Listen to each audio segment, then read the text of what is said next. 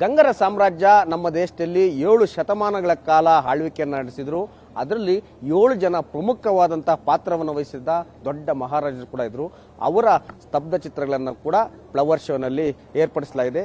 ಏನು ಲಾಲ್ಬಾಗ್ನಲ್ಲಿರುವಂಥ ಏನು ಗಾಜಿನ ಮನೆ ಒಳಗಡೆ ಇರುವಂಥ ಏನು ಫ್ಲವರ್ ಶೋ ಒಳಗಡೆ ಇಟ್ಟಿದ್ದಾರೆ. ಅದರಲ್ಲೂ 7 ಜನ ಮಹಾವೀರರು ಅಂತಂದ್ರೆ ಮೊದಲನೇದಾಗಿ ಮಹಾರಾಜ ದುರ್ವಿನೀತ, ಎರಡನೇದಾಗಿ ಮಹಾರಾಜ 1ನೇ ಶಿವಕುಮಾರ, ಮಂತ್ರ 3ನೇವರಾಗಿ ಮಹಾರಾಜ ನೀತಿ ಮಾರ್ಗ ಹೆರೆಗಂಗಾ ಅಂತ, ಮತ್ತೆ ಮಹಾರಾಜ ಇಮ್ಮುಡಿ ಭೂತನಾಥ ಅಂತ, ಅದೇ ರೀತಿಯಲ್ಲೂ ಕೂಡ ಇಮ್ಮುಡಿ ರಾಚಮಲ್ಲ, ಅದೇ ರೀತಿಯಲ್ಲೂ ಕೂಡ ಸಾಕಷ್ಟು ಜನ ಮಾರಸಿಂಹ, ಮತ್ತೆ ಅದೇ ರೀತಿಯಲ್ಲೂ ಕೂಡ ವೀರಕೇಶವ ಅಂತ ಹೇಳ್ಬಿಟ್ಟು 7 ಜನ ಏನು ಪ್ರಮುಖ ಪಾತ್ರಗಳನ್ನು ವಹಿಸಿ ತಮ್ಮದೇ ಆದಂಥ ವಿಶೇಷವಾಗಿ ನದಿ ಜೋಡಣೆ ಆಗಿರ್ಬೋದು, ಆ ಅರಮನೆಗಳ ನಿರ್ಮಾಣ ಆಗಿರ್ಬೋದು, ಮತ್ತೆ ಅಲ್ಲಿರುವಂಥ ವಾಸ್ತುಶಿಲ್ಪ ಮತ್ತೆ ಗಣಿ ಮತ್ತೆ ಭೂವಿಜ್ಞಾನ ಕಲೆಗಳನ್ನು ಕೂಡ ಆ ಕಾಲದಲ್ಲೇ ಕಲಿತು ಆ ನಿಧಿ ನಿಕ್ಷೇಪಗಳನ್ನ ಹೊರತೆಗೆದು ವಿದೇಶಗಳಿಗೆ ಮಾರಾಟ ಮತ್ತೆ ಸರಬರಾಜು ಮಾಡುವಂತ ವೀರಮಲ್ಲರು ಕೂಡ ಇವರಾಗಿದ್ರು.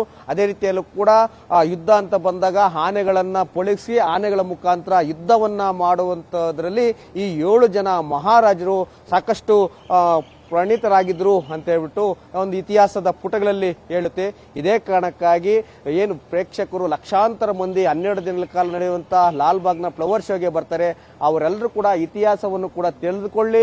ಏನು ನಮ್ಮ ರಾಜ್ಯದಲ್ಲಿ ಮೊದಲನೆಯ ರಾಜಮನೆತನದ ಅಂತಂದ್ರೆ ಆ ಗಂಗರ ಏನು ಆಳ್ವಿಕೆ ಅಂತ ಕೂಡ ಹೇಳ್ಬೋದು. ಇವರ ಆಳ್ವಿಕೆ ಕೋಲಾರದಲ್ಲಿ ಪ್ರಾರಂಭವಾಗಿ ಇವರ ಸಾಮ್ರಾಜ್ಯ ದಕ್ಷಿಣ ಭಾರತದಾದ್ಯಂತ ಇವರು ಆಳ್ವಿಕೆಯನ್ನು ಕೂಡ ನಡೆಸಿದ್ರು. ಅದೇ ಕಾರಣಕ್ಕಾಗಿ 7 ಜನ ಮಹಾರಾಜರ ಮೂರ್ತಿಗಳನ್ನ ಇಲ್ಲಿಟ್ಟಿರೋದು ಬಹಳ ವಿಶೇಷವಾಗಿದೆ ಅಂತ ಕೂಡ ಹೇಳ್ಬೋದಾಗಿದೆ. ಕ್ಯಾಮರಾಮನ್ ಧನರಾಜ್ ಜೊತೆ ಮಲ್ಲಂಡಳ್ಳಿ ಶಶಿಧರ್, ಪವರ್ ಟಿವಿ, ಬೆಂಗಳೂರು.